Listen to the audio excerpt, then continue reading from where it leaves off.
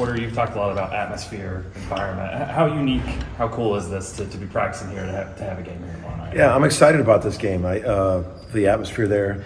I'm a historian. I love history, paving the way for the future. And I came here to a volleyball game my first year here, and to see Alvin Adams, Gar Hurd, guys, legends that played here. And I just started visualizing what would it look like with this vertical arena. I've been everywhere trying to get the students to have such an impact, and so I just thought it'd be cool for the students to see how loud it can get right on top of the floor, and so I think it's going to be a great atmosphere. You mentioned that, Porter. What gave you the idea that let's just have the students? You know what? I think that's gotten kind of taken out. I mean, I want all the students there, but I'm not saying nobody can come in without being a student, because I think we do have some select people. I mean, we're bringing those players back. We got but I just thought it'd be really cool for the students to be right on top of the floor, on the sidelines, everywhere. And then hopefully they'll be excited, and we can visualize what Lloyd Noble would look like packed. And that was part of it. I just thought it would be a cool idea. I want to play in here. How big is that to build that early relationship with the student section when we know all the turnover in college, all that stuff that happens here every year? You know what? This student section has been unbelievable. I've been so excited. I'll go to a football game, a softball game. I'll go to a women's basketball game. I'll walk around campus, and the students have been. I just think they're so high energy. I think I'm building a great relationship with them, and I just constantly want them to know that how much they mean to our program, but also that I think it's part of your college experience to get behind your sports teams. And it's what draws you to Oklahoma is their passion for their sports teams, and it starts with the students. Is a gym, or is the shooting different in here? Let's ask you that after the game. I'm going to Well, completely blame the gym if we don't shoot well. But no, we practiced here yesterday, practiced here today. I mean, it's 10 feet. I'm pulling the old Hoosiers thing, but no, but it is. It's the same thing. The tricky thing is the lines on the side. I would probably say two things are going to happen with the lines so close. One is there might be an out of bounds where you don't realize what line it is. And the two things is I'm going to go back to my playing days. I hope I don't do this, but I might end up taking a charge from one of the officials, because there is no room to run on the sideline with the coaches. So I got to be ready for that on the sideline. You need to call John Higgins in tomorrow night. I know. Get him out of retirement a little bit. That's right. You're coming off. I'm not baiting on that one. You're coming off a great tournament run out in California. Talk about that and what you saw in your team out there. I saw our guys in California. They were just really. I thought we defended really well, and that's what it starts with. I thought Iowa was a team that was up in the upper 90s, and I thought we did a good job guarding them. Then we turned around in the hotel. We had to prepare for, some elite guards that were averaging over 20s, and we had to just make adjustments and talk about what they were doing. And I thought we guarded them, kept those star guards under their averages. I liked that in the second half we got down 8, but we had 9 out of 10 stops.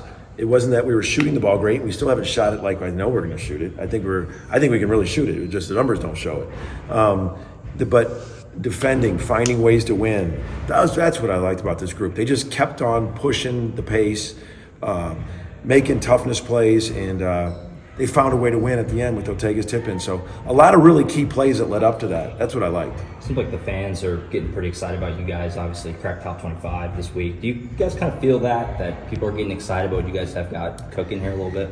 I told our guys, it's being ranked is not the destination. It's just part of the process if you're moving where you want to go.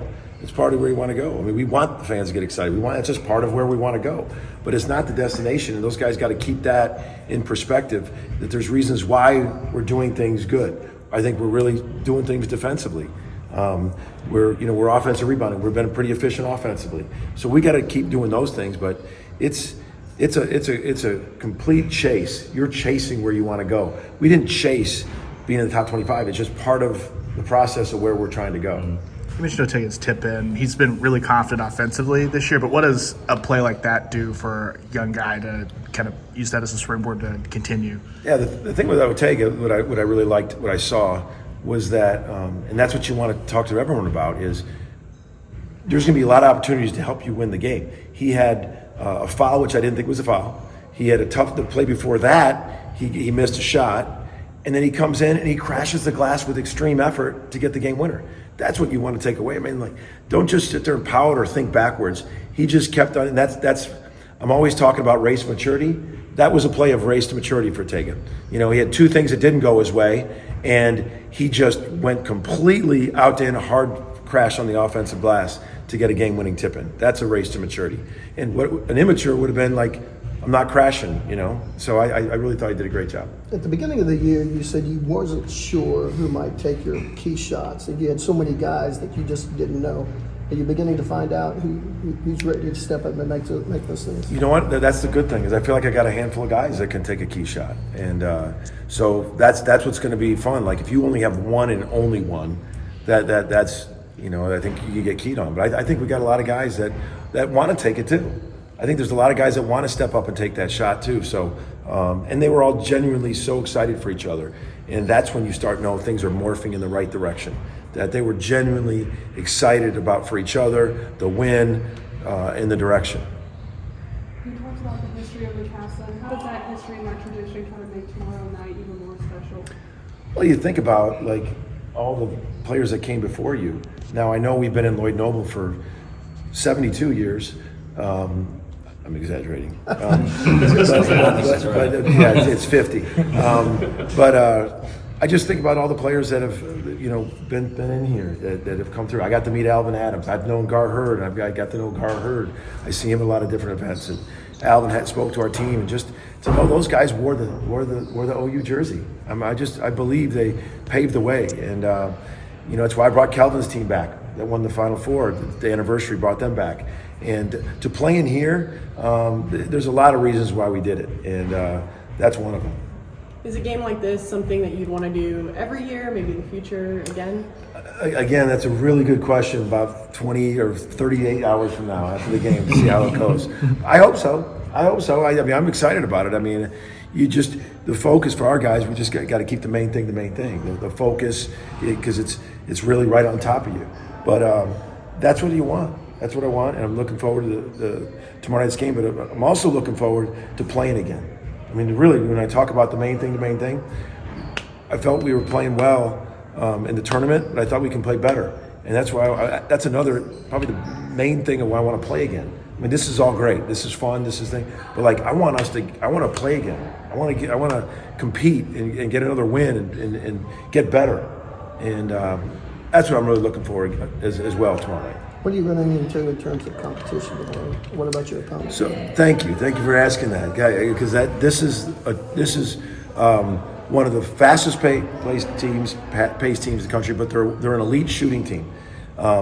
They have somewhere around 88 made threes already. We're in the 40s, just to give you some perspective of how many threes that is this early. They're averaging over 11 made threes a game. So we really have to defend the 3-point line. I've watched them against Minnesota, Missouri, how quickly they can play and quickly they can shoot. And then they rebound it. And then when they rebound, they kick it out for more threes. So defending that 3-point line is going to be an absolute must against Pine Bluff.